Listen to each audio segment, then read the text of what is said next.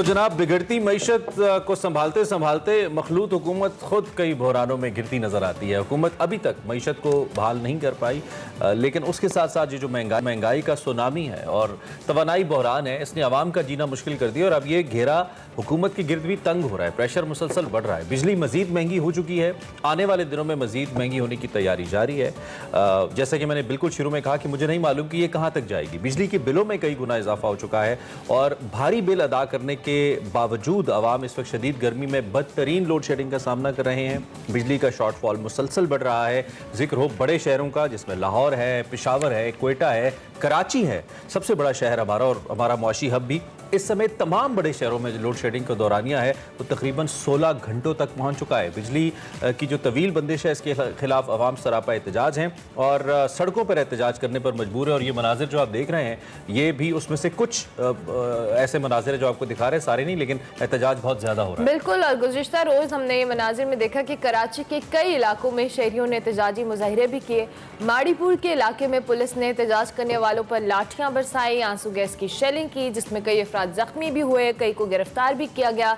जबकि ओवरऑल मुल्क में जो बढ़ती महंगाई है और बदतरीन लोड शेडिंग के खिलाफ साबिक वजीर आजम इमरान खान साहब ने हुकूमत को आड़े हाथों लिया और वो 2 जुलाई के बाद जो कहने 2 जुलाई को इनफैक्ट इस्लामाबाद में तारीखी, और उन्होंने कहा कि पुरअमन एहतजाज करने का ऐलान किया है। मजीद इमरान खान साहब ने क्या कहा, आपको सुनाते हैं। एक हुकूमत आती है, वाज़े एक इंटरनेशनल कॉन्स्पिरेसी के जरिए 60% लोग जमानत पे, और वो मसलत कैसे होते हैं कि लोगों के ज़मीर खरीदे जाते हैं। बजाय ये कि लोगों के हालात बेहतर, सिर्फ और सिर्फ इन्होंने एक काम किया अब तक, और वो काम ये किया कि 1100 अरब रुपए के अपने ऊपर जो करप्शन केसेस थे, अपने आप को NRO दे के वो माफ करवा लिए। ठीक हो गया जी। इमरान खान साहब ने क्या कहा आपने सुन लिया। शहबाज शरीफ साहब ने भी जी वजारत उज़्मा का ओहदा संभालने के बाद एक ही दिन में लोड शेडिंग खत्म करने का हुक्म दिया था। फिर उसके बाद तारीख पे तारीख देने का सिलसिला भी शुरू हुआ। बिल्कुल, तारीख पे तारीख। लेकिन गुज़िश्ता रोज़ ही वज़ीर आज़म ने जुलाई में बिजली की लोड शेडिंग मजीद बढ़ने का खदशा जाहिर किया है और इसके हवाले से उन्होंने क्या जवाब पेश किया, आपको सुनवाते हैं। किसी ने सोचा तक नहीं, ना स्पॉट के ऊपर गैस मंगवाई, ना लॉन्ग टर्म एग्रीमेंट किया। और आज जब दुनिया एक क्राइसिस में फंस चुकी है तो बिड्स खोली गई। हालिया मैं अपने दौर की बात कर रहा हूं, बिड किसी ने बिड ही नहीं की, इसलिए गैस है नहीं। सारा यूरोप उसको खरीद रहा है, उस गैस को। कोयला जो है ये बहुत महंगा हो गया था, और ये हमारे दौर में नहीं, पिछले दौर से महंगा हो चुका था। दुनिया भर में आग लग गई थी तेल को, गैस को, कोयले को। दिन रात हमने सर जोड़ा कि किस तरह, क्योंकि कोयले के लिए वो कहते थे कि अगर आप प्राइम मिनिस्टर हम LC खोलेंगे तो हमारा फॉरेन एक्सचेंज सब खत्म हो जाएगा। आज तो अल्लाह ताला ने मांगे तांगे से दोबारा उसको रिकूप कर दिया है। और मगर वो कहते थे कि अगर हम मंगवाएंगे तो हमारा इतने $1 मिलियन मंथली खर्च होगा। तो आप फैसला कर लें कि लोड शेडिंग अपना मंजूर है या फॉरेन एक्सचेंज रिजर्व जो है उसको खर्च करना। बात हो रही थी कुछ फॉरेन एक्सचेंज रिजर्व्स की। प्राइम मिनिस्टर शहबाज भी कुछ यू टर्न्स लेते नजर आते हैं। खान साहब भी लेते थे, शहबाज साहब भी ले रहे हैं। ये पहले उन पे तनकीद करते थे। कुछ हाँ, इस कुर्सी में ही तो है जो भी है। जैगम खान साहब हमारे साथ मौजूद है, सीनियर तज्जियाकार हैं, उनका तज्जिया लेते हैं। जैगम साहब बहुत शुक्रिया अलसुब, एक तो आपने हमें ज्वाइन किया और वक्त दिया। सूरत हाल आपके सामने है। अब तो ऐसा लगता है कि रोज़ाना हम एक ही किस्म की सूरत हाल रोज़ाना बता रहे होते हैं और सवाल भी एक ही तरह के होते हैं। मौजूदा ये जो चैलेंजिंग सूरत हाल है हुकूमत के लिए, पहले शहबाज शरीफ साहब ने आते ही बड़े सुहाने ख्वाब भी दिखाए, तनख्वाहें बढ़ाने की, आटा कम करने की, एकदम से बातें की। अब ऐसा लगता है कि न सिर्फ उन ख्वाबों को छोड़ दिया उन्होंने, उन बातों को छोड़ दिया है, बल्कि मज़ीद कड़ी शराइत सामने आ रही है और मज़ीद अवाम के ऊपर मज़ीद दबाव पड़ता जा रहा है। अब तो इन फैसलों को एक तो आप अवाम की तरफ कैसे देखते हैं और क्या हुकूमत मज़ीद दबाव डाल पाएगी, ये दबाव बर्दाश्त कर पाएगी मौजूदा कोलिशन गवर्नमेंट अवाम की जानिब से जो अभी चल रहा है एहतजाज की सूरत में?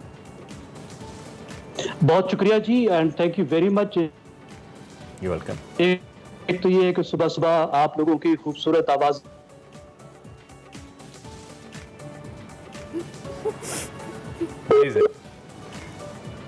हमारी खूबसूरत आवाज का तस्वीर करते हुए जैगम साहब की आवाज थोड़ी गायब। जी जैगम साहब कनेक्टेड है, बोलिएगा। देखिए, बिजली पे हम कितनी तकलीफ से गुजर कर रहे हैं आप, हम एक एक घंटा यहाँ इस्लामाबाद में भी बिजली जा रही है, बहुत तकलीफ होती है। लेकिन आप ये जरा जहन में रखिए कि इस वक्त भी पाकिस्तान का हर चौथा शहरी बिजली के बुनियादी हक से महरूम है, उसके पास बिजली है ही नहीं। हर चौथा शहरी जो है वो साल से 24 घंटे बगैर बिजली के गुजार रहा है। तो हमें ऐसी तकलीफ में उनको भी याद रखना चाहिए और ये भी देखना चाहिए कि पाकिस्तान में नाइंसाफी का क्या लेवल है। हम जब अपनी सब्सिडी की बात करते हैं, गरीब लोगों की सब्सिडी की बात करते हैं, उस इंतहाई गरीब आदमी की बात भी करनी चाहिए जिसको सब्सिडी के जरिए से हम बिजली देने को तैयार नहीं है। बिजली बुनियादी हक है, हर शख्स को मिलना चाहिए। रियासत को यह जरूरी बनाना चाहिए जो बिजली अफसर उनके घर में भी रात को बल्ब जलना चाहिए, पंखा चलना चाहिए, ताकि उनके बच्चे भी पढ़ सकें और उनके जो बुजुर्ग हैं वो भी सुकून के साथ सो सकें। देखिए, अगर हम इस एनर्जी क्राइसिस को ही देख लेना तो मेरे ख्याल के भी समझ आ जाएंगे। इस वक्त जो क्राइसिस चल रहा है वो भी समझ आ जाएगी। इस वक्त जो हुकूमत को खतरात हैं और बड़े सीरियस खतरात हैं और सारी दुनिया में हुकूमतों को खतरात हैं।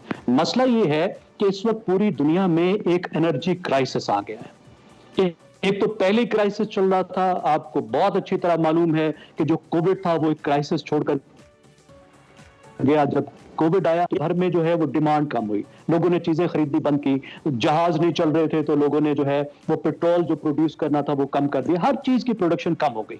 अब वो एकदम से जब कोविड खत्म हुआ तो सब डिमांड फिर सब लोगों ने कहा भाई दो, कपड़े भी सबने खरीदे, जूते भी सबने खरीदे, सबने गाड़ियां चलानी शुरू की, जहाज चलने शुरू।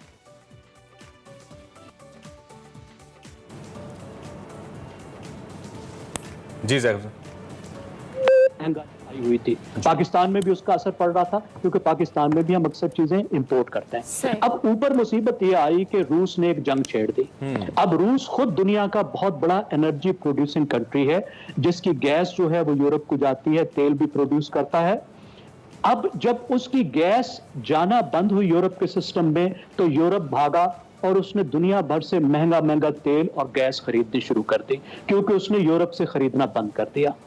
अब क्योंकि बहुत ज्यादा सरप्लस नहीं होता, एक्स्ट्रा नहीं पड़ा होता, उससे तेल और गैस की कीमत बढ़ गई। मिसाल के तौर पर देखिए कि पाकिस्तान ने अपनी एनर्जी सिक्योरिटी के लिए एक काम किया था कि हमने LNG का लॉन्ग टर्म कॉन्ट्रैक्ट किया था जो बहुत सस्ता और लंबे अरसे के लिए था। उसके बाद पिछली हुकूमत ने कहा जी वो तो बहुत बुरा कॉन्ट्रैक्ट था, हम ताजा खरीदेंगे वो सस्ता मिलेगी, तो लॉन्ग टर्म कॉन्ट्रैक्ट नहीं किया। अगर एक अपॉर्चुनिटी ऐसी आई कोविड के दिनों में कि बिल्कुल रॉक बॉटम प्राइस पर ये लॉन्ग टर्म एंगेजमेंट्स कर सकते थे, एग्रीमेंट कर सकते थे, उन्होंने नहीं किया। अब जब जरूरत पड़ी गैस की तो सब कतर पहुंचे जहां से हम गैस लेते हैं, दूसरी जगहों पे पहुंचे और LNG उन्होंने 4 गुना कीमतों पर उठानी शुरू की, क्योंकि LNG एक सेफ जो है वो फ्यूल है और पाकिस्तान के लिए वो 4 गुना महंगी हो गई। हमारे बहुत से पावर प्लांट LNG पर चलते हैं, जो प्राइम मिनिस्टर साहब अभी समझा रहे थे, आपने समझा। अब जब LNG महंगी हुई तो लोगों ने कोयले को खरीदना शुरू किया, जो कोयले के प्लांट बंद पड़े थे, कोयले के प्लांटों की तरफ सब गए कि चलो जी कोयला लो। अब कोयला जो $70 का टन था वो 400 का टन हो गया। अब कोयले को भी हमारे प्लांटों के लिए मुसीबत पड़ गई। सॉरी सर, मैं आपको इंटरप्ट करी, ऑब्वियसली ये तो आप तमाम तर बैकग्राउंड हमें बता रहे हैं, लेकिन अभी जो हुकूमत के लिए IMF की चाहे वो शराइत है और उसके नतीजे में जो सख्त फैसले ऑब्वियसली लिए गए हैं और बहुत सख्त फैसले लिए गए हैं, हमने देखा है कि पब्लिक के ऊपर एक बहुत बड़ा बर्डन आया है इस सिचुएशन में। दूसरी जानिब अब जो साबिक वजीर आजम है इमरान खान साहब, वो भी कह रहे हैं, उन्होंने भी एहतजाज की कॉल दे दी। अब उनका एहतजाज की कॉल देना और लोगों को इकट्ठा करना ऑब्वियसली हुकूमत के लिए ऑलरेडी सिचुएशन बहुत ज़्यादा चैलेंजिंग है। ऐसे में इमरान खान साहब ऑपोजिशन में जब भी रहे हैं उन्होंने बहुत टफ टाइम दिया है गवर्नमेंट्स को, तो अब इस सिचुएशन के अंदर हुकूमत किस तरह से सारी मामलात को टैकल करेगी? ऑब्वियसली एक तरफ तो महंगाई का सुनामी है, फिर IMF की कड़ी शराइत है, तीसरी जानिब हम इमरान खान साहब की बात करें और फिर जो सख्त फैसलों का मामला है वो कल अलग सिचुएशन इख्तियार कर गया है। इस पर जरा अपना कॉमेंट दीजिएगा। देखिए, सख्त फैसले तो करने ही थे, इसके बगैर तो हमारा गुजारा नहीं था। अगर हम IMF के प्रोग्राम में दोबारा ना जाते तो हम डिफॉल्ट कर जाते। डिफॉल्ट का मतलब है हम दिवालिया हो जाते। दुनिया को हम कहते हैं कि जो कर लो करना है, हम तुम्हारे कर्जे वापस नहीं कर सकते। उसके नतीजे में आपके पास डॉलर तकरीबन खत्म हो जाते, आप कुछ भी नहीं खरीद सकते, तेल आना बंद हो जाता, मेडिसिन आनी बंद हो जाती, अभी आपको गंदम चाहिए वो आप नहीं खरीद सकते। श्रीलंका के घर जरा झांक कर देख लीजिए वहां क्या हालात हैं, वैसे हो जाते। अब हमारा मसला क्या है? दो पाकिस्तान के मसले हैं, 30 साल से तो बहुत शदीद हैं, चल रहे हैं। पहले 5-5 साल के बाद बुहरान आता था, अब 1.5 साल के बाद बुहरान आता है। मसला ये है कि आपके पास डॉलर आप कमाते कम है, खर्च ज्यादा करते हैं। कि जो आखिरी हुकूमत का साल था इमरान खान साहब का, उसमें हमारा ये गैप था 18 बिलियन डॉलर का। यानी हमने जो कमाया और जो खर्चा, 18 बिलियन डॉलर हमने एक्स्ट्रा खर्चे, वो कहां से आएंगे? उधार से आएंगे। इससे पहले हर साल 15 बिलियन डॉलर का आपका करंट अकाउंट। ये जैगम साहब सारी सूरत हाल जो आप सामने रख रहे हैं, क्योंकि हम डेली बेसिस पे इस पे बात कर रहे होते हैं, बिल्कुल हकायक आप ठीक बयान कर रहे हैं। क्या इस सारी सूरत हाल के बावजूद फिर इमरान खान साहब हक बजानिब हैं इस महंगाई के खिलाफ एहतजाज करने में, या इससे पहले जो मौजूदा हुक्मरान जब अपोजिशन में थे और वो महंगाई मार्च करते थे तो वो हक बजानिब थे? इमरान खान साहब पेट्रोल महंगा होने पे कहते थे वजीर आजम चोर है, जब वजीर आजम इमरान खान थे पेट्रोल महंगा होने पे शहबाज साहब कहते थे वजीर आजम चोर है, अब इमरान खान साहब दोबारा शहबाज साहब को कह रहे हैं। क्या ये लोग हक बजानिब हैं? सवाल का पहला हिस्सा है। अगर ये हक बजानिब नहीं है और चैलेंजेस सबके लिए बराबर हैं तो ये मिल बैठते क्यों नहीं है? इसका हल फिर कौन करेगा? पाकिस्तान तो फिर ऐसे ही अवाम तो इनकी तरफ देख रहे हैं और ये कुछ नहीं कर रहे अवाम के लिए। अब तो मायूसी फैलती जा रही है। जैगम साहब बिल्कुल ठीक कह रहे हैं, आपने न सिर्फ सवाल किया बल्कि एक लिहाज से उसका जवाब भी दे दिया कि जो पाकिस्तान के माशी बहरान हैं जो मुसलसल चल रहे हैं, जो 20-30 साल से चल रहे हैं, जो पहले 5 साल बाद आता था अब 1.5 साल बाद आने लगा, जाहिर है ये एक हुकूमत का किया धरा तो नहीं है ना, ये हमारी अशराफिया की उन मुसलसल पॉलिसियों का नतीजा है जिसके नतीजे में हम एक बहरान में धंसते से धंसते चले जा रहे हैं। इसका हल तो ये है ना कि आपस में बैठकर ये अग्री करें कि ये इस मुल्क की कंसिस्टेंट पॉलिसीज होंगी, इससे हम नहीं हटेंगे, चाहे मुश्किल आए चाहे आसानी आए, चाहे अगले 10-20 साल में हम भी उस तरह तरक्की कर सकें जिस तरह दूसरे मुल्क कर रहे हैं। लेकिन ये नहीं करते, अपनी गलतियां भी दूसरों के सर थोपते हैं। जब मुस्लिम लीग नवाज गई थी तो वो भी एक बहरान छोड़कर गई थी, और जब पीटीआई गई है तो ये भी बहरान छोड़कर गई है। पिछले दौर में जो काम करने जरूरी थे और इमरान खान कुछ हद तक कर रहे थे, तो उस वक्त भी मुस्लिम लीग नवाज वाले लोग उन पर इसी तरह के एतराजात करते थे।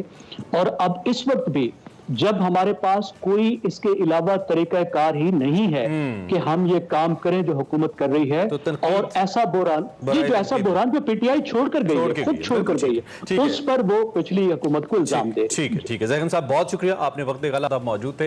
आप